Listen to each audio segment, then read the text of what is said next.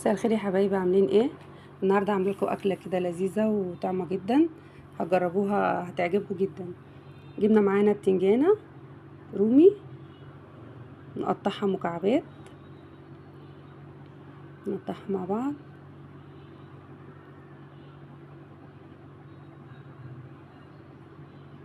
هي اكله بصراحه مغذيه جدا ومكوناتها في كل بيت. نقطعها مكعبات صغيره شويه.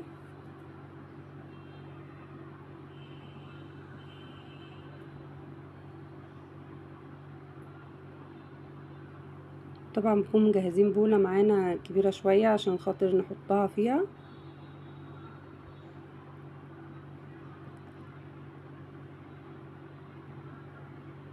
نحطها طبعا اهيت في البوله، نكون حاطين معاها شويه ملح. طبعا نسيبها منقوعه شويه في الملح، ساعتين 3 4 عشان تنزل المية خالص منها. وبعد كده بنحضر معانا طاسة على النار، طبعا هنقليها. طبعا سبتها تقضي 4 5 ساعات، نديها بس يا دوبك ايه نص قلية بس بسيطة.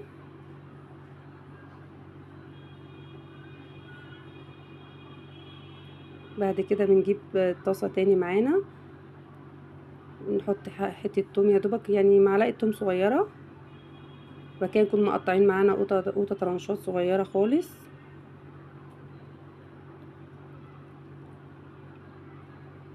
نحط القوطة بتاعتنا، ونكون برضو مجهزين معانا فلفل. بس انا جايبه كان عندي فلفل الوان، بس ده اختياري، يعني ممكن فلفل اخضر عادي خالص. ومعاهم قرن فلفل حامي طبعا، تديلها طعم حلو. نقلبها شويه حلوين.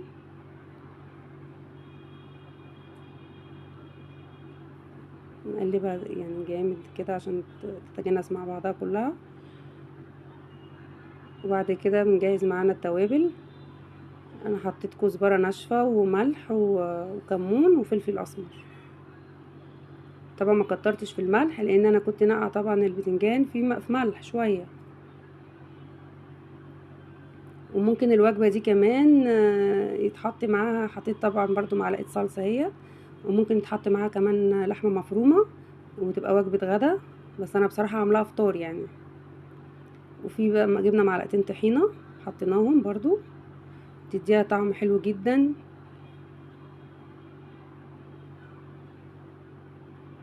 وتبقى بصراحة طعمها لذيذ جدا. نكون محضرين مية سخنة من الكاتل، طبعا مية مغلية، مقدار يعني مثلا نص كوباية بس.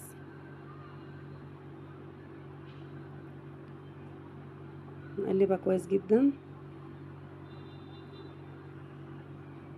كده تمام.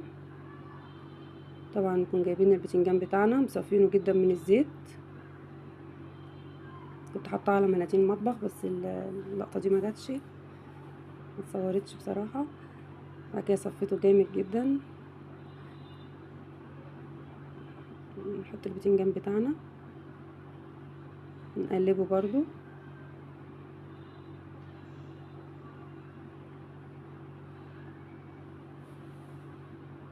نقلبه كويس يا دوبك ياخد غلوه بس كده على النار، وبنطفي النار على طول كده تمام. نفضيه طبعا في الطبق. لا، قبل ما نفضيه بنحط ليمونه، نعصر ليمونه كده كامله.